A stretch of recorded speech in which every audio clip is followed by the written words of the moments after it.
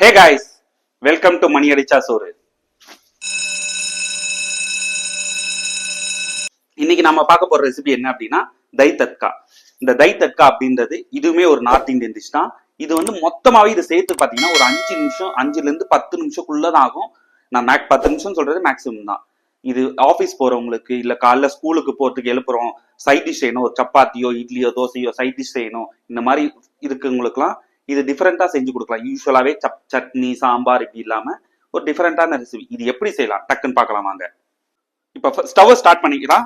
On பண்ணிட்டு ஒரு ரொம்பலாம் வேணா ஒரு 3ல இருந்து 4 ஸ்பூன் எண்ணெய்,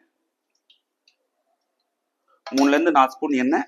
இந்த எண்ணெய் ஊத்தின உடனே லைட்டா காயட்டும். காஞ்ச உடனே அடுத்தடுத்து என்னென்ன போடணும் காமிச்சிடுறேன். இப்ப எண்ணெய் பாத்தீங்கன்னா சூடாயிடுச்சு. இதுல ஒண்ணுமே வேணாம், ஒரு 2 சின்ன வெங்காயம், மீடியம் சைஸ் வெங்காயம் 2 நல்லா பொடியா நறுக்கி வச்சிருக்கேன். ஒரு 10 பல் பூண்டு இடிச்சு வச்சிருக்கேன். இது ரெண்டுத்தையும் போட்டு நல்லா கோல்டன் ப்ரௌன் ஆகிற வரைக்கும் வதக்கிக்கணும். இது நல்லா வதங்கணும். நல்லா கோல்டன் ப்ரௌன் ஆகிற வரைக்கும் வதங்கணும். உடனே அடுத்து நம்ம என்னென்ன சேர்க்கணும் பார்த்துடலாம் வாங்க. ஃபர்ஸ்ட் இதை நல்லா வதங்கட்டும். இப்ப பாத்தீங்கன்னா நல்லா வதங்கிடுச்சு. இப்ப பாத்துங்க, இந்த அளவுக்கு வதங்கணும்.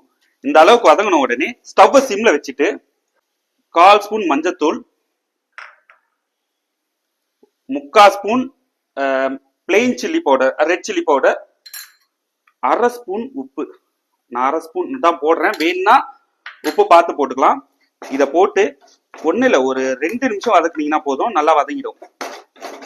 இது வதங்கட்டும். வதங்கின உடனே அடுத்து என்ன பண்ணணும் பார்க்கலாம் வாங்க. இப்ப பாத்தீங்கன்னா சிம்ல வச்சு ஒரு 1.5 நிமிஷம் தான் வதங்கிருக்கேன். அவ்வளோதான், ரெடி ஆயிடுச்சு. இப்ப ஸ்டவ் ஆஃப் பண்ணிடலாம். ஸ்டவ் ஆஃப் பண்ணிட்டு நம்ம எடுத்து வச்சிருக்க 1/2 லிட்டர் தயிர்.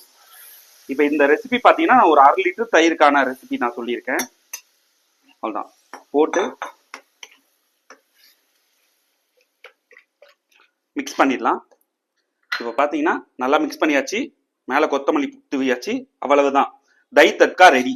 இப்ப இதை வந்து ஒரு சப்பாத்திக்கு வச்சு சாப்பிட்டீங்கன்னா, சப்பாத்திக்கு, தோசைக்கு, இட்லிக்கு, இல்ல நீங்க சுட சுட சாதம் இருக்குன்னா அதுக்குள்ள கூட போட்டு மிக்ஸ் பண்ணி சாப்பிடலாம். ஒரு கீ ரைஸ்க்கு ரொம்ப ரொம்ப ரொம்ப சூப்பரா இருக்கும். அவ்வளவுதான், ஏன் ஸ்டைல்ல சட்டு தை தட்கா ரெடி ஆயிடுச்சு.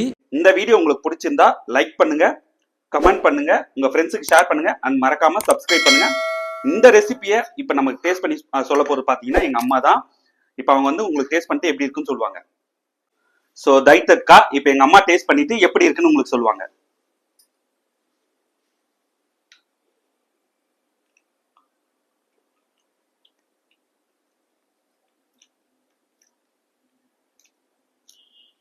உண்மையாவே சூப்பரா இருக்கு. இல்ல உண்மையாவே சூப்பரா இருக்கு. உப்பு காரெல்லாம் எப்படி இருக்கு?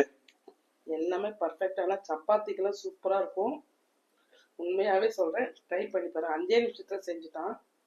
நிஜமா நீங்க ட்ரை பண்ணி பாருங்க, உண்மையாவே ரொம்ப நல்லா இருக்கு.